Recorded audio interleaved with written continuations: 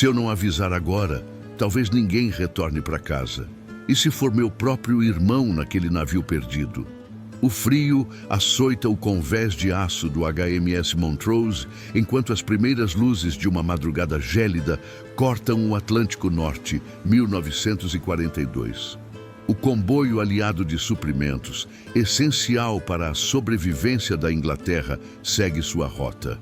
A bordo, o radiooperador Francis Ellis, 19 anos, luta contra o cansaço e o medo. Ele erra ao conferir o equipamento imaginando, como sempre faz, o rosto do irmão mais velho, Thomas, embarcado no destroyer HMS Fame, 2 navios à frente. A promessa que fizeram: sobreviveremos juntos, aconteça o que acontecer. Pulsa em seu peito a cada transmissão interceptada. No centro de comando, o capitão Arthur Reed, veterano marcado por cicatrizes de antigos combates, mantém o olhar fixo nos mapas, mas seu pensamento paira sobre as famílias dos rapazes sob seu comando. O tenente Edward Miller, oficial de artilharia, acredita que a segurança depende de disciplina absoluta, mas sua constante desconfiança dos novos recrutas gera tensão, especialmente com Ellis, que julga novato demais para a missão tão crucial. Margaret Ellis, mãe dos 2 irmãos e viúva de guerra, é o símbolo distante de tudo que os 2 tentam proteger. O amor, o medo do abandono e o senso de dever são a bússola interna de Francis. Poucos a bordo sabem, mas cada vez que Francis hesita, ele imagina a mãe esperando notícias e jura não falhar. Quando o silêncio absoluto impera no rádio, surge a primeira fissura no clima de relativa confiança. Um SOS em Morse ecoa em ritmo angustiado. Mas há algo estranho. Francis percebe traços adicionais, um padrão fora do convencional. O capitão ordena: Ellis, traduza imediatamente. Em segundos, surge a mensagem: SOS, não avancem. Armadilha à frente, 53 de GRU 12N 2037O. Porém, logo abaixo, aparecem dígitos e traços não catalogados, uma espécie de assinatura ou aviso oculto. Miller, sempre desconfiado, questiona em tom duro: isso pode ser truque da Kriegsmarine, garoto. Já falei 1000 vezes. Nunca confie em sinais fora do protocolo aliado. Reed pondera, a voz pesada pela responsabilidade. Mas se houver sobreviventes aliados, e se for um dos nossos, talvez prisioneiro, tentando avisar com o pouco tempo que restou? O dilema já está desenhado nas expressões da ponte de comando. Um erro pode condenar centenas de vidas, mas ignorar um apelo também pesa como culpa eterna. A discussão fervilha. Seguir adiante e arriscar o comboio inteiro, inclusive o irmão do protagonista, ou manobrar e perder horas críticas de missão com risco de isolamento e ataque? Enquanto isso, Francis quebra o protocolo e envia uma mensagem curta para o Fame: irmão, recebeu o SOS, aguarde por mim. O risco é altíssimo. Qualquer transmissão fora do canal seguro pode ser detectada e triangulada pelos submarinos inimigos, o que aumenta a tensão e expõe o jovem operador à tremenda cobrança de Miller. O clima no navio endurece. Alguns veteranos apoiam Francis, lembrando-se de armadilhas e traições que já custaram vidas inocentes. Outros propagam um pânico sutil. Será que tem traidor entre nós? Quem se beneficia se abortarmos a missão por um sinal estranho? No refeitório, olhares se cruzam, sementes de dúvida brotam. O silêncio dos oficiais pesa mais do que o mar revolto. Do lado de fora, a noite se debruça sobre a esquadra e o SOS soa novamente, com o mesmo padrão nervoso. Uma verdade emerge. Não há saída segura. Ignorar ou confiar pode ter consequências fatais. Francis, pressionado por Miller e movido pela lembrança da família, faz o que jamais poderia imaginar. Inicia a decodificação secreta do padrão oculto, mesmo sabendo que uma falha pode custar-lhe a confiança do capitão, a segurança do comboio e talvez a vida do irmão. Ao fundo, o rugido de motores e a troca de mensagens cada vez mais tensa anunciam: a noite só começou e o confronto não será apenas com o inimigo. O verdadeiro perigo pode estar mais perto do que se imagina. O silêncio após o novo SOS parecia impossível em um navio sobrecarregado de ansiedade. A tripulação do HMS Montrose, já marcada pelo medo das águas gélidas do Atlântico Norte, agora também enfrentava a dúvida. O que havia do outro lado daquele código era uma incógnita: aliado, inimigo ou traidor infiltrado. No rádio, Francis Ellis repassava cada símbolo obsessivamente, temendo falhar. Imaginava Thomas, 2 navios à frente, exposto a uma armadilha que só ele poderia impedir, ou causar se interpretasse errado o sinal. O tenente Miller rondava, olhos apertados, procurando qualquer deslize para incriminá-lo. Sinais assim são truques da Kriegsmarine, Ellis. Se você comprometer o comboio por impulso, estará assinando a sentença de todos. O capitão Reed sempre ponderou risco e responsabilidade, mas agora o tempo era inimigo. A cada palavra trocada no centro de comando, a tripulação sentia as tensões individuais se amplificarem. Alguns veteranos começavam a desconfiar dos mais novos. Havia sussurros sobre leaks e traidores. Qualquer hesitação podia pintar alguém como culpado. Uma discussão eclodiu no refeitório. Se pararmos, eles nos pegam. E se for um dos nossos, mandando um pedido desesperado de socorro? Ou você deixaria seu irmão afundar só para obedecer à risca? Essas palavras ecoaram no coração de Francis, trazendo flashes da mãe, do pai perdido em outra guerra e da família pontuada pela dor do abandono. Tema recorrente entre marinheiros e que selava laços silenciosos no convés. O radar de bordo finalmente captou movimento fora da rota.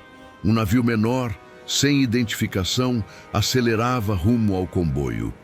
Reed ordenou blackout imediato e colocou todo o sistema de artilharia em alerta máximo. Francis, mesmo pressionado por Miller, decide vasculhar padrões antigos de codificação, usando recursos que só veteranos conheciam. Lá, encontra um segundo código oculto, inserido como ruído entre os sinais. Uma mensagem emergia: armadilha montada, alerta falso, evitem coordenadas. Inimigo infiltrado. Era clara, mas assinada por sigla familiar. TE, as iniciais do irmão Thomas, reconhecidas só por Francis e o capitão de seu navio. Um código privado criado ainda na infância. O dilema agora era total. Só Francis e Reed sabiam da existência desse código pessoal. A frota precisava agir rápido. Capitão, isso veio do Fame. É meu irmão, senhor. Arrisca Francis, a voz embargada. Reed encara o rapaz, sentindo o peso da responsabilidade. Não podia confiar cegamente. Afinal, engenhosidade era a arma comum da inteligência inimiga. No entanto, relutante, decide transmitir para o comboio ordem de afastamento das coordenadas suspeitas, mas Miller confronta. Não podemos sacrificar toda a operação por fé de um marinheiro novato, sir. O ambiente esquenta e Reed, pela primeira vez, grita. E não sacrificaríamos ainda mais se caíssemos numa armadilha sendo alertados por um dos nossos? Somos homens, não máquinas, tenente. A tensão entre Miller e Francis se eleva. Conflito interno brutal, que faz a tripulação se dividir. Metade teme o erro, a outra metade teme a omissão. Francis, já sem apoio total, assume o risco.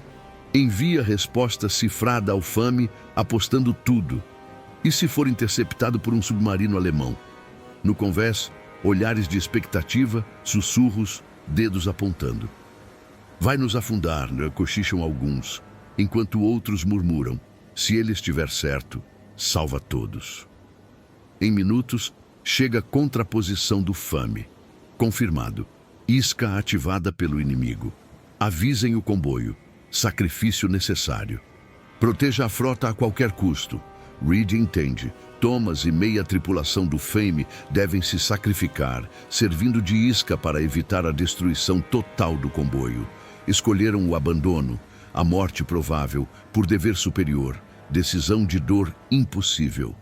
Francis explode em lágrimas silenciosas. Por um instante, pensa em desobedecer, avisar a todos, tentar salvar o Fame mesmo contra ordens. Mas a obrigação era garantir a sobrevivência maior. Miller finalmente cede, após ver a mensagem protocolada duplicada em canal seguro. Os veteranos abraçam Francis, ambos admirados e devastados. O comboio muda rota às pressas. Os radares captam deslocamento de submarinos nas antigas coordenadas. E a explosão ao horizonte confirma: o Fame combate sozinho, atraindo a armadilha. A notícia se espalha, e para muitos a bordo, a sensação de abandono, traição e perda é insuportável, mas o preço pago em nome de centenas de vidas será lembrado para sempre. No posto de rádio, Francis encara o microfone em silêncio. O conflito lá fora e dentro dele jamais será totalmente encerrado. O sol ainda luta para romper o nevoeiro sobre o Atlântico quando o comboio desponta além do que era o perímetro da armadilha nazista. Os navios são silhuetas trêmulas na névoa, e a sensação de sobrevivência imediata é como um pássaro nascido em tempestade, frágil, hesitante, mas viva. Só que no HMS Montrose, a vitória tem gosto de sal e sangue. Foi o sacrifício do Fame, o navio de Thomas e amigo de muitos ali, que abriu passagem. O rádio permanece mudo, salvo por interferências e relâmpagos de estática. Francis, exausto e com o uniforme encharcado de suor, permanece no posto. Não dormiu, não pregou os olhos. Fita hipnotizado o painel da rádio à espera de um sinal improvável. Uma mensagem, um ruído, uma voz. Sua mente não se cala. Os últimos instantes, a ousadia de confiar no código secreto do irmão. A escolha impossível.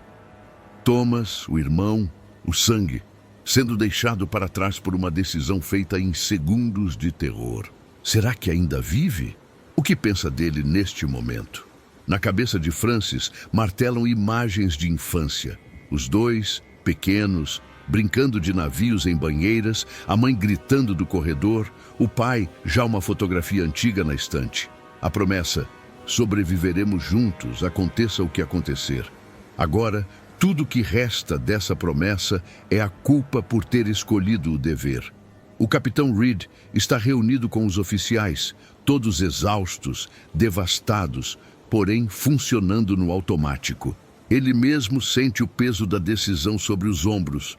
Conhece cada rosto perdido, ouviu cada história de esperança do lar deixado para trás. Reed guarda para si a angústia do comando. Não existe vitória sem sacrifício, mas aceitar isso é uma tarefa solitária. No salão do oficialato, Miller, agora mais turvo do que nunca, encara o fundo do copo. Sussurra para si mesmo: esse garoto salvou a frota, mas a que custo? E se fosse eu ali, deixado para morrer por quem prometeu proteger? O ambiente do navio parece carregar menos o cheiro de óleo e mais o de velório. A tripulação, dividida entre o alívio da sobrevivência e o luto pelo Fame, evita olhares, guardando o sofrimento em silêncios profundos, só quebrados pelas ordens do dia. No convés, Francis observa o horizonte. A névoa é espessa, mas ele acredita ouvir, entre os estalos do rádio, vozes abafadas. Mayday! Survivors! Uma chance remota. Então rompe o medo novamente. Ele levanta de um salto, corre até Reed, entrega o fone. Senhor, tem algo! Alguém repetindo sobreviventes. Pode ser do Fame. Por favor, precisamos tentar. O capitão hesita, pois sabe do risco. Submarinos inimigos ainda patrulham a área. O navio, ao desacelerar, se torna alvo fácil, mas não consegue negar. O sofrimento do garoto, o peso do próprio passado, a irmã que perdeu anos antes. E se fosse alguém que ele amasse?